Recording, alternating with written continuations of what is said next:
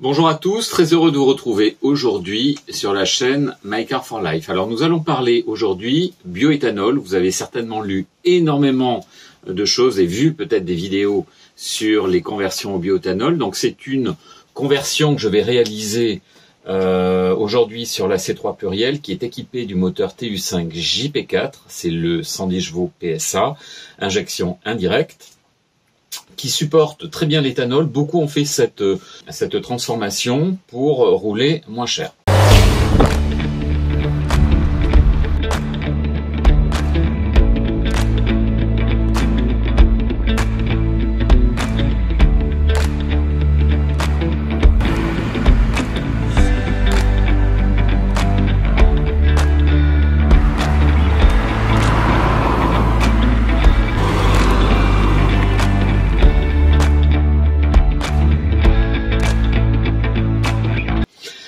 Alors qu'en est-il du bioéthanol? Vous avez certainement entendu beaucoup de choses sur le bioéthanol. C'est dangereux pour le moteur, c'est nocif pour le moteur. Au contraire, ça fait fonctionner le moteur mieux, on ressent plus de puissance, le moteur est libéré, etc.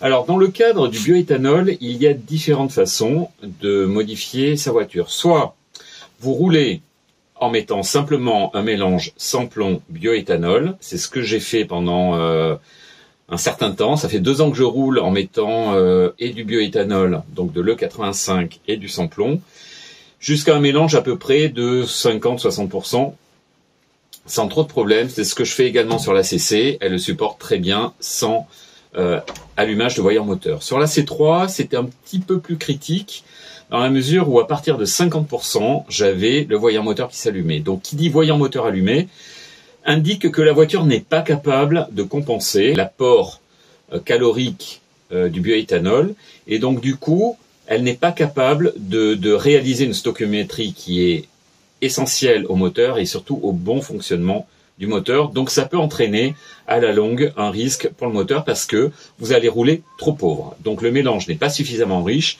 et le calculateur de la voiture n'est pas capable de compenser. Donc je vais installer un boîtier qui est un boîtier que j'ai commandé sur AliExpress. Donc c'est un boîtier qui coûte 130 € à peu près. Donc on va parler des avantages et des inconvénients de ce type de boîtier. Donc le boîtier que je vais installer sur la C3, c'est un boîtier qui n'est pas équipé notamment d'un capteur d'éthanol. Il est équipé d'un capteur de température, ce qui permet d'avoir une aide au démarrage par temps froid, mais il n'est pas capable de calculer la quantité, le pourcentage de bioéthanol qui est présent dans votre mélange. Donc il va falloir rouler au bioéthanol, donc en ne mettant que de l'E85 dans votre réservoir. Si un jour vous ne pouvez pas mettre d'E85 et être obligé de faire le mélange vous-même, en mettant un petit peu des deux, ou alors en ne mettant que du sans-plomb parce que vous ne trouvez pas de 85, du coup, vous allez trop enrichir et vous risquez de rouler au contraire trop riche. Alors il y a un petit peu moins de risque que de rouler trop pauvre, mais c'est quand même pas très bon pour le moteur. Donc le mieux, c'est d'installer un boîtier qui est équipé d'un capteur d'éthanol. Il en existe beaucoup. Il y a notamment le boîtier de chez eFlexfuel qui est très bien, qui a très bonne réputation, et vous lirez énormément de commentaires très positifs sur ce type de boîtier. J'ai pas fait ce choix-là pour l'instant. Donc la première option, c'est de mettre un boîtier homologué ou non homologué. Là, le boîtier que nous allons mettre, c'est un boîtier qui est non homologué. Donc on prend des risques, ça c'est sûr. Il faut être au courant que voilà, pas de possibilité de changer la carte grise en mettant une carte grise indiquant que la voiture est capable de rouler au bioéthanol parce qu'elle a subi une transformation par un installateur qui est agréé à monter ce type de boîtier. Il y a une deuxième façon, donc c'est de faire appel à un installateur qui pose des boîtiers agréés, mais ils ne sont pas forcément tous équipés du capteur de bioéthanol, ça faut être au courant également. Deuxième possibilité, c'est de faire une reprogrammation par un programmateur, mais ça va être beaucoup plus difficile de revenir finalement à la configuration d'origine parce qu'il va falloir faire à nouveau appel à l'installateur qui vous a fait la programmation, alors que le boîtier, on peut l'enlever, ça va prendre une demi-heure, mais on peut l'enlever et revenir à la configuration d'origine sans aucun problème parce qu'il n'y a aucune modification de la cartographie moteur qui a été opérée sur le véhicule. Troisième solution, c'est de rouler sans boîtier, ce que font d'ailleurs beaucoup, de rouler sans boîtier, avec simplement un mélange bioéthanol E85 et samplon 95 ou 98. Et là, vous pouvez opérer des mélanges qui peuvent être de 50%, 60%. Certains roulent jusqu'à 85% sans qu'il y ait d'allumage du voyant moteur. Mais voilà, en fonction de votre véhicule et de la cartographie moteur, c'est pas forcément évident d'avoir aucun allumage du voyant moteur. Donc, toutes les voitures ne réagissent pas de la même façon.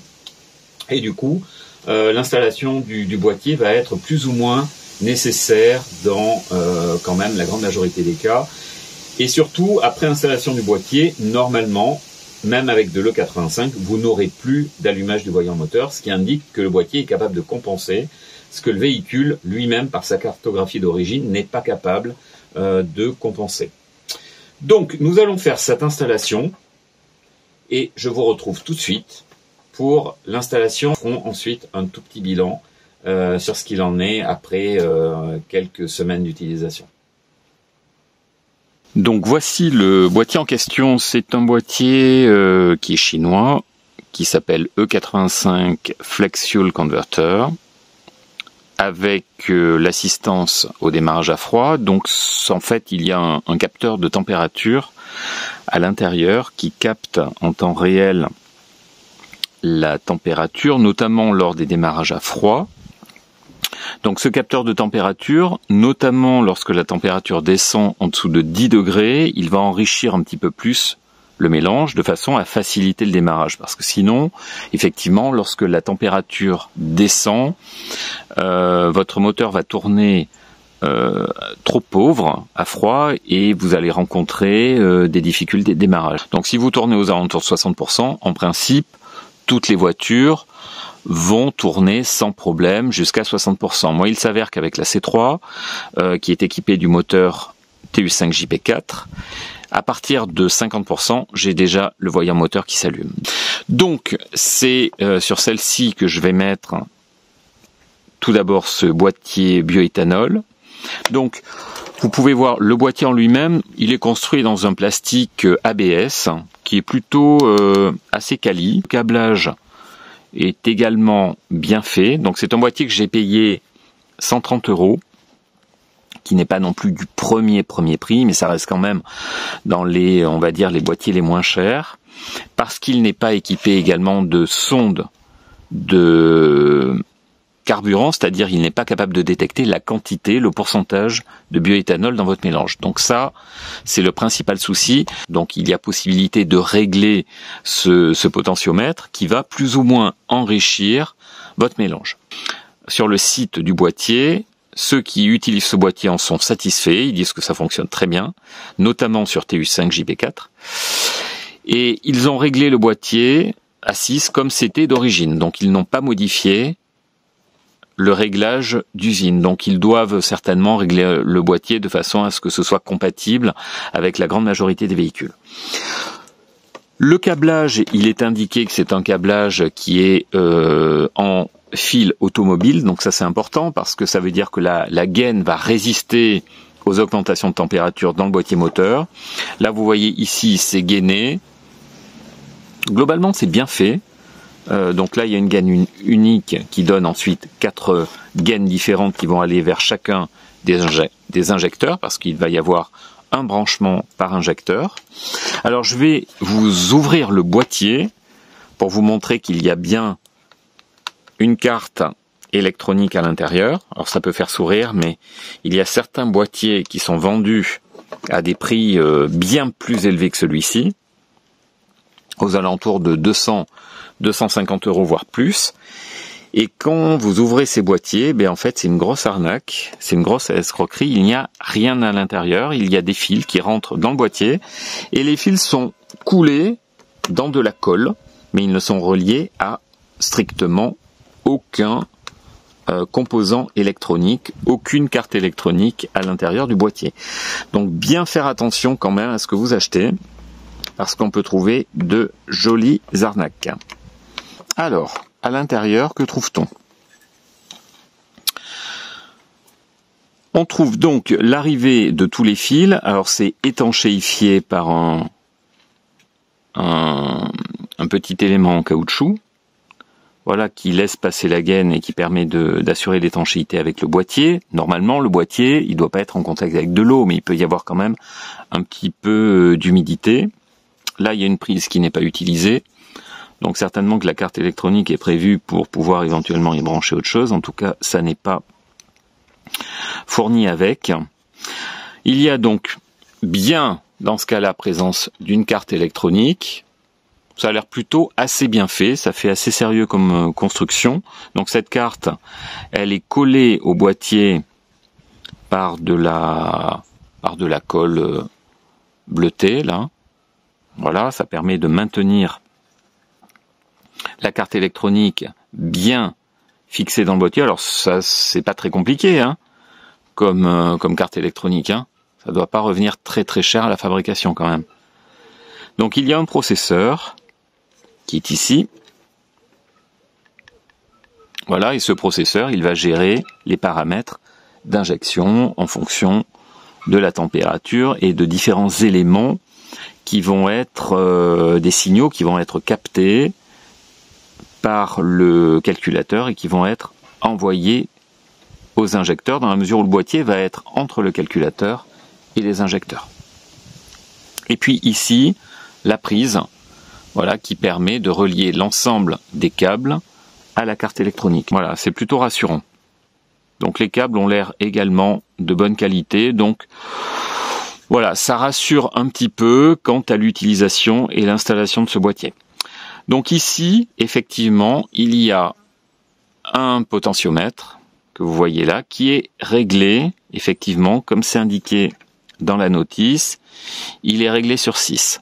Alors vous pouvez effectivement avoir à modifier ce potentiomètre.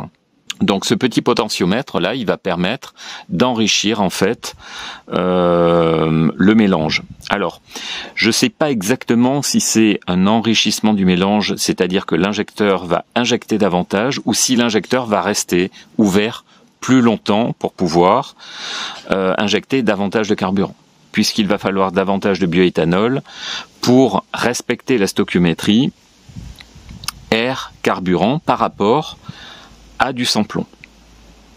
C'est la raison pour laquelle, lorsque vous roulez au bioéthanol, vous allez consommer légèrement plus que si vous roulez au sans-plomb 95 ou 98 ou au sans-plomb 95 E10. Donc ça, c'est un certain nombre d'informations qu'il faut savoir. Ici, il y a différentes petites LED. Il y a une LED rouge, il y a une LED verte, une LED orange.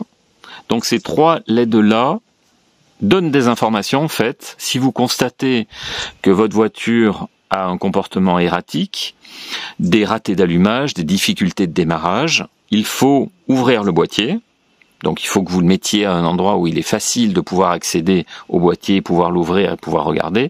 C'est dommage qu'ils aient pas installé ces LED de façon à ce qu'elles soient visibles directement sur le couvercle du boîtier. Allez, on se retrouve tout de suite pour le montage sur la C3. Voici l'environnement dans lequel nous allons devoir installer le boîtier. C'est donc un moteur TU5 JP4, c'est le 110 chevaux PSA. Très bon moteur. Celui-ci a 150 000 km. Donc c'est le kilométrage de ma C3 pluriel. Alors le gros avantage en fait, c'est que ce moteur a des injecteurs qui sont quand même relativement accessibles. Là ici, vous pouvez voir les injecteurs, ils sont orange en plus, donc on peut facilement les visualiser. Vous les voyez là. Voilà, ils sont ici, là, juste dessous. Les 4 injecteurs, donc sur les 4 cylindres. Il va falloir non pas se débarrasser, mais au moins le déclipper. Donc la sonde de canister qui est ici, ça c'est la sonde de pression d'air qui est là. Donc ça, il faut simplement la dévisser là ici, enlever la sonde et pouvoir la basculer de façon à libérer un petit peu d'espace ici, parce que là on va être un petit peu gêné sinon pour faire les connexions et installer correctement le boîtier. Voilà, donc ça c'est déjà la première chose que nous allons devoir faire. Donc je vais faire ça n'a pas beaucoup d'intérêt que je vous le montre, je vais faire ça et puis on se retrouve juste après. Voilà, alors pour l'instant je n'ai fait que enlever les différents éléments qui pouvaient gêner, notamment pour faire le branchement sur les injecteurs. J'ai donc déboîté ça qui est emboîté ici sur la boîte à air, vous voyez. J'ai déboîté ce qui a trait, en fait, ça c'est pour la purge canister. Donc ça je l'ai déboîté, je l'ai enlevé en fait du support qui est ici, support métallique. J'ai défait la connectique, voilà, ça permet d'écarter les fils, d'écarter ce tuyau là de purge canister, et ça permet ainsi de pouvoir accéder aux injecteurs qui sont là plus facilement. Donc là je peux vous les montrer, les injecteurs ils sont orange, donc on les voit très bien ici, voilà, et c'est sur eux que nous allons travailler. Alors lorsque vous allez déboîter, là ici c'est un circlip là qui maintient justement la cosse emboîtée. Alors faites très attention lorsque vous allez enlever ce circlip, parce qu'il a tendance à sauter, et quelquefois il saute tellement loin qu'il est difficile de le retrouver. Ça m'est arrivé une fois. Donc il faut bien y aller doucement de façon à ce qu'il n'ait pas possibilité de sauter, mais qu'il soit suffisamment déboîté pour que la cosse ici de l'injecteur puisse être enlevée facilement. Voilà. Donc je vous mets en garde là-dessus parce que effectivement c'est très facile. Voilà. Donc là c'est venu tout seul. Donc je l'enlève. Hein, je la mets de côté pour ne pas la perdre. Donc là logiquement si je soulève, voilà, la connexion de l'injecteur, voilà, vient tout de suite. Quand je vous parle, c'est ça. Donc vous avez une extrémité aimantée ici, c'est flexible avec une tige, et ça vous permet notamment d'aller récupérer ce que vous avez enlevé. Et là vous voyez que mon petit circlip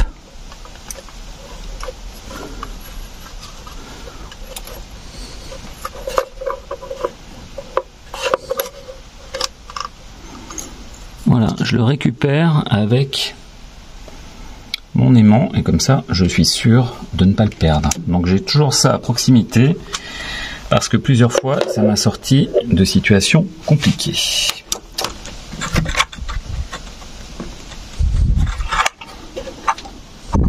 Maintenant j'ai donc possibilité de déboîter les connectiques.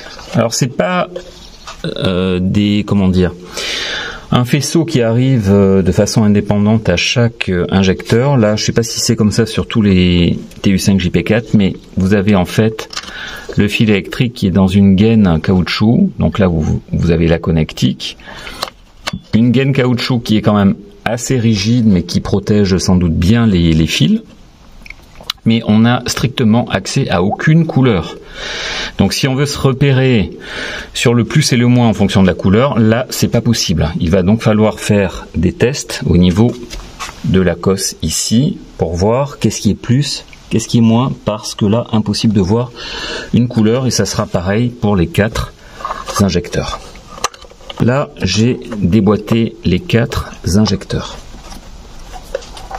Et donc de ce fait, on a bien accès aux connectiques des injecteurs que vous voyez donc ici.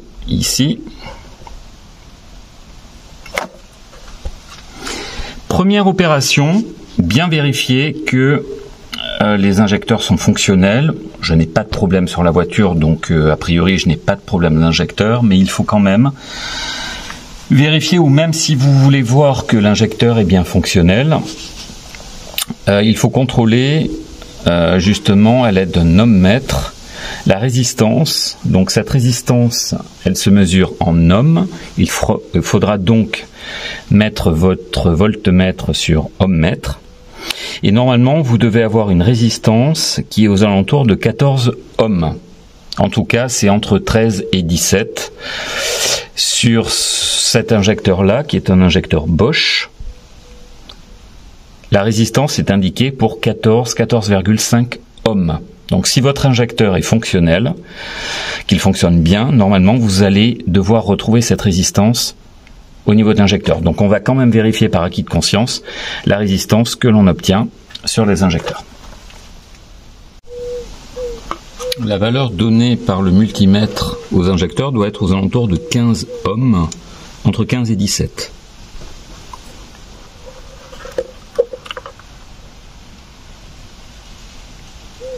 Donc ça m'indique une valeur de 15,7, donc c'est bon. 15,6, donc c'est parfait, les 4 injecteurs sont fonctionnels. Donc on peut commencer l'installation sans souci. Alors maintenant il faut arriver à trouver la polarité du faisceau des injecteurs. C'est là que ça va se compliquer. Alors l'étape suivante, c'est une étape qui est très importante parce qu'en fait, on va devoir vérifier la polarité des connecteurs d'origine, donc ici, c'est-à-dire ce qui est connecté aux injecteurs, pour que le véhicule puisse démarrer correctement après l'installation du kit. Alors en fait, sur beaucoup de véhicules, le fil positif est le fil qui est de couleur commune aux 4 injecteurs. Et là, le problème, c'est que le faisceau, vous voyez qu'il est complètement dans une gaine caoutchouc. On ne voit absolument pas la couleur des fils. Donc dans ce cas-là, nous allons utiliser un multimètre qui va être en mode ohm ou conductivité avec signal sonore. Donc ici, vous voyez que j'ai mis le multimètre sur le mode où on voit, donc on est bien sur le mode ohm, et on voit ici un petit comme un haut-parleur. Voilà, donc là vous êtes en mode connectivité et ça va permettre justement de pouvoir utiliser le multimètre. Donc lorsque je suis en mode conductivité, ici vous voyez que voilà, le multimètre il sonne, donc c'est ça dont nous avons besoin. Donc je vais le mettre, donc je vais connecter les 2 fils du multimètre sur les bornes de 2 injecteurs qui sont côte à côte. Bon, je vous décale le multimètre, il n'y a pas de raison, il n'y a pas de nécessité que vous le voyez. Le principal, c'est d'entendre le signal sonore.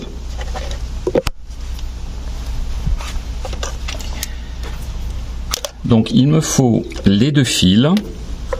Donc je vais, là pour l'instant je ne sais pas comment sont le plus et le moins sur les bornes. Donc je mets ici à gauche et à gauche. Bon, là il ne se passe rien. Je prends la petite borne de droite et je la connecte à la borne de droite de l'injecteur d'à côté. Voilà, là ça sonne.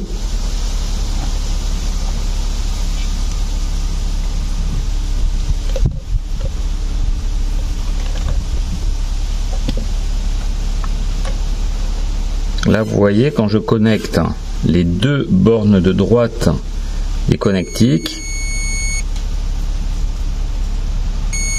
voilà, là ça sonne. Donc cela signifie que la borne de droite de chaque connecteur ici est le fil plus.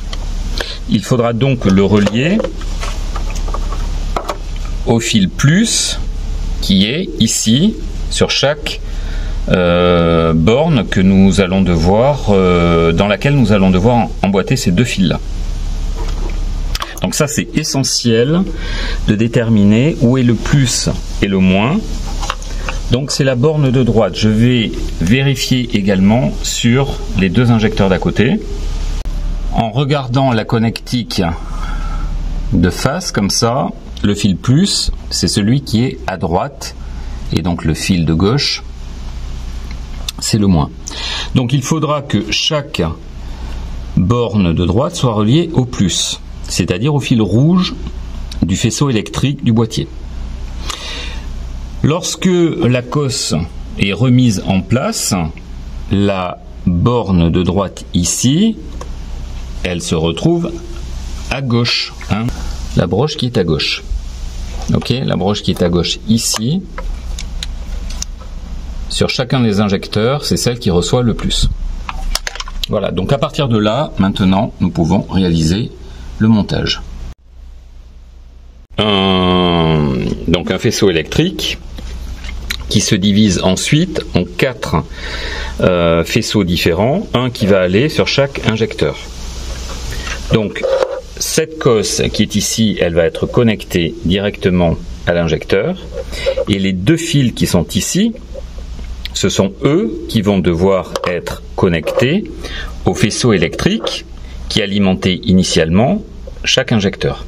Donc il était important de déterminer où était la cosse plus. Donc c'est la cosse qui est à droite ici au niveau de la connectique, puisque c'est cette cosse de droite qu'il va falloir relier au fil plus positif qui est rouge au niveau du faisceau d'entrée du kit. D'accord ? Donc sur chaque faisceau électrique ici, il y a un fil rouge. D'accord ? Ici un fil rouge. Ici il y a un double fil rouge parce qu'en fait il y a un fil qui sert d'alimentation du boîtier. Alors ce fil-là en général on le connecte à l'injecteur numéro 1, c'est-à-dire l'injecteur qui est ici à droite puisque c'est l'injecteur du cylindre numéro 1. Voilà, donc en général, voilà, on garde cette logique-là. Donc celui-ci, je le mets à droite. Et les autres, après, peu importe, il n'y a pas d'ordre. Voilà, donc une fois que l'on sait ça, on peut du coup monter les cosses qui sont fournies avec le kit et qui sont ici. Et ce sont ces cosses qu'il va falloir monter. Les autres sont déjà pré-montés. D'où l'importance de connaître l'orientation. Il y a également des colliers qui vont permettre de faire un montage propre, comme j'aime bien les faire. Donc ici, vous voyez la fameuse cosse qu'il faut monter. Elles ne sont pas montées d'avance parce que chaque véhicule aura éventuellement une orientation différente.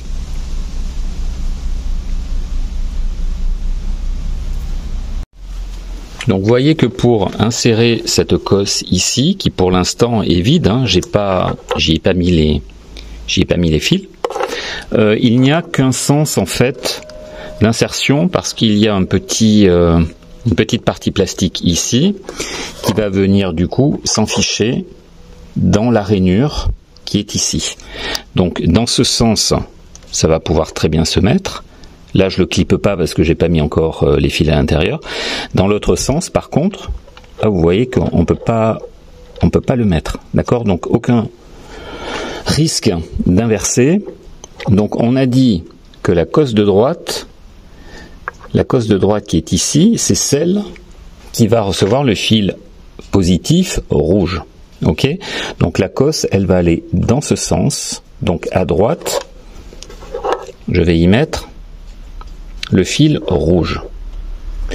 Alors que je me trompe pas, donc ce fil, il va aller s'insérer, alors je sais pas si c'est dans ce sens. Ah, c'est la première fois que je le fais, je sais pas si c'est dans ce sens.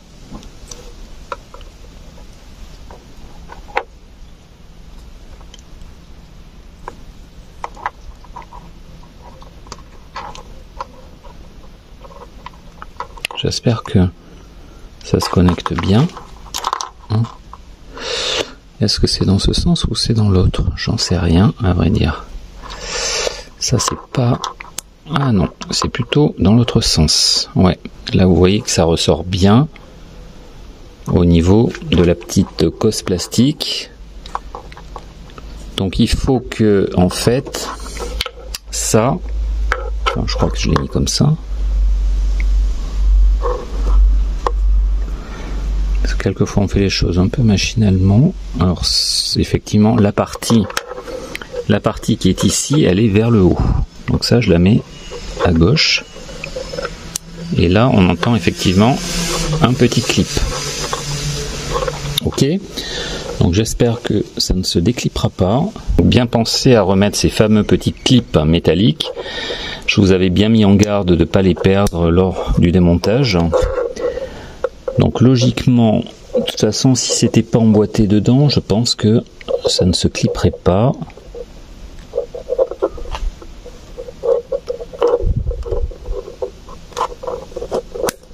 Voilà. Donc là, je pense que c'est connecté.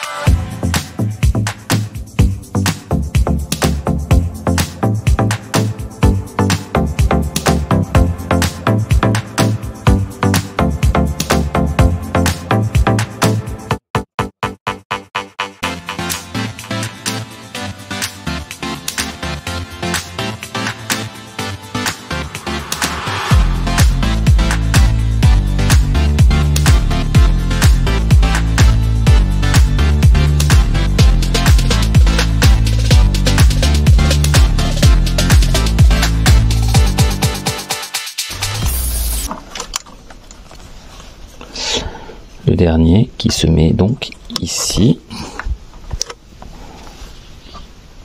Là vous voyez clairement l'injecteur qui est là.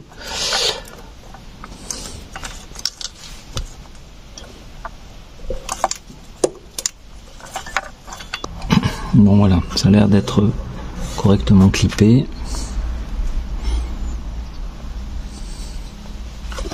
Donc maintenant il nous reste à organiser un petit peu. Avec ça qui est assez rigide, ça va pas être évident. Je voudrais pas que les connectiques se baladent là comme ça.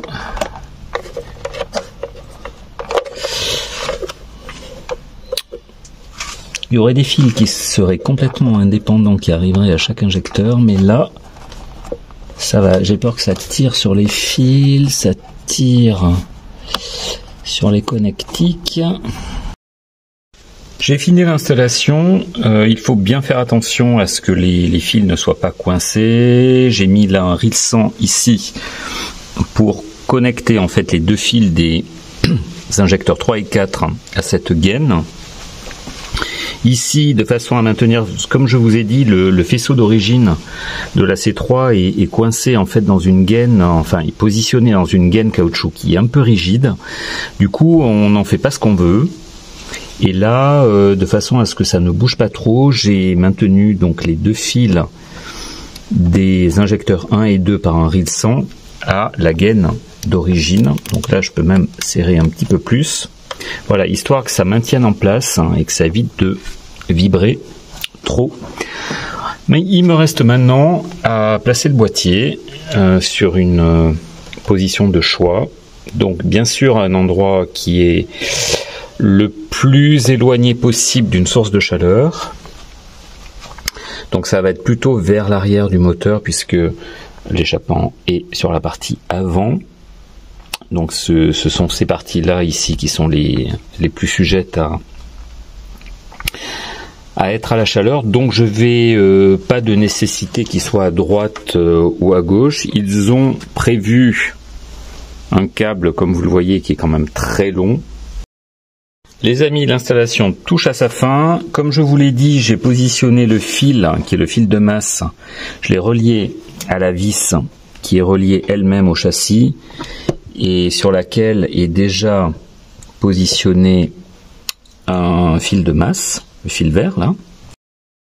J'espère que ça va démarrer.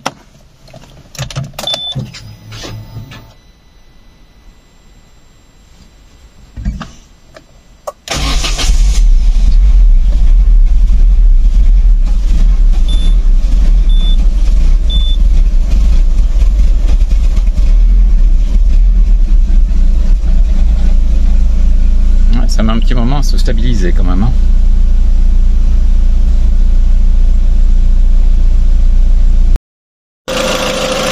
Alors vous voyez, c'est bien la LED verte qui est connectée, là ici, qui est allumée. Donc tant que c'est pas la rouge ou l'orange, apparemment tout va bien, en tout cas dans les signaux qui sont détectés et transmis par le boîtier, apparemment c'est bon. Bon, finalement j'ai fixé le boîtier ici sur la tôle avec de toute façon il y a 2 scratchs double face qui sont fournis. Je voulais le mettre initialement ici, puis je me suis dit ça va être soumis quand même aux vibrations du moteur, parce que cette partie-là est solidaire du moteur, donc là ça sera complètement indépendant. Donc c'est l'endroit où ça sera le plus éloigné d'une source de chaleur et ça sera le plus éloigné des vibrations. Donc du coup, pour l'instant, c'est l'endroit qui me semble le plus adéquat, parce qu'il n'y a aucune partie qui soit vraiment plane, hein, donc pour arriver à mettre les scratchs là, c'est pas évident. Voilà. Donc éventuellement, si je vois que ça va pas dans le temps, je le déplacerai, mais pour l'instant, je vais le laisser là. Voilà, voilà. Alors là, c'est un vrai démarrage à froid. On n'a pas encore des températures trop basses, il fait 11 degrés.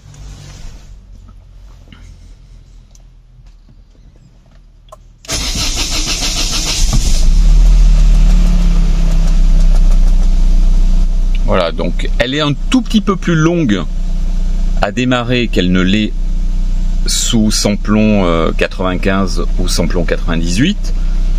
On sent très bien que le col de start agit dans le sens où il doit injecter un petit peu plus et pendant plus longtemps de l'éthanol pour que le démarrage se fasse dans de bonnes conditions. Mais elle démarre quand même très bien. Elle tourne parfaitement bien. Pas de voyant moteur allumé.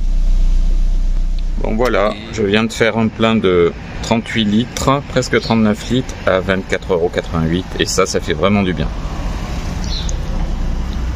Je vous retrouve un mois après l'installation.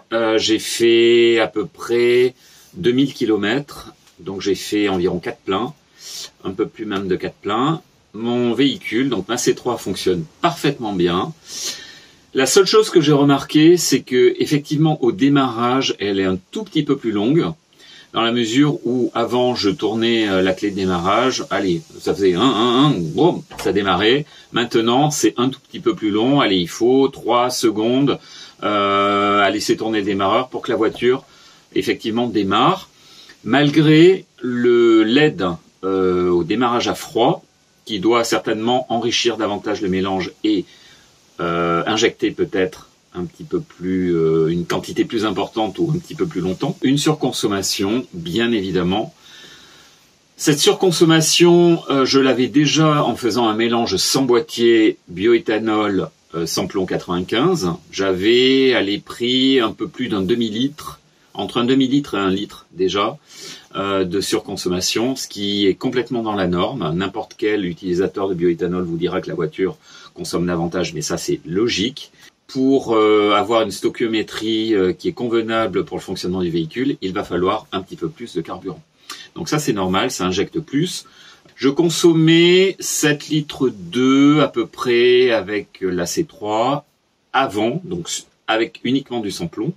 J'étais passé à 7 litres 7 litres 7, 7 litres 8 en mettant un mélange samplon E85. Et maintenant que j'ai mis le boîtier et que je ne roule qu'à l'E85, je suis passé à quasiment 9 litres. Voilà, 9 litres au 100 sur un trajet qui est un trajet national, un petit peu de ville, mais je fais quand même essentiellement de la route.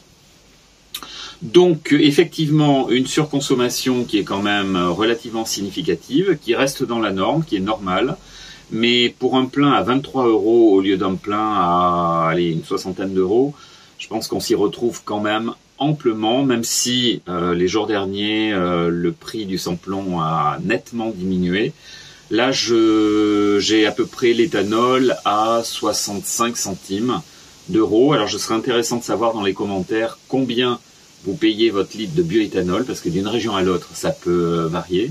Voilà ce que je peux vous dire pour l'instant, donc je suis relativement satisfait. Encore une fois, et je le répète, ce boîtier est non homologué, d'accord? Donc chacun prend les risques qu'il encourt avec ce type de boîtier. Mais globalement, pour le prix effectivement du boîtier et pour les économies qu'il engendre, ça reste quand même toujours très intéressant. Alors je referai un bilan d'ici quelques semaines ou quelques mois sur le long terme pour vous dire mon ressenti et voilà, si j'ai rencontré éventuellement des problèmes de carburation, mais normalement ça ne devrait pas poser de problème et ça doit rouler sans souci. Allez, je vous dis à très bientôt pour une nouvelle vidéo. Ciao.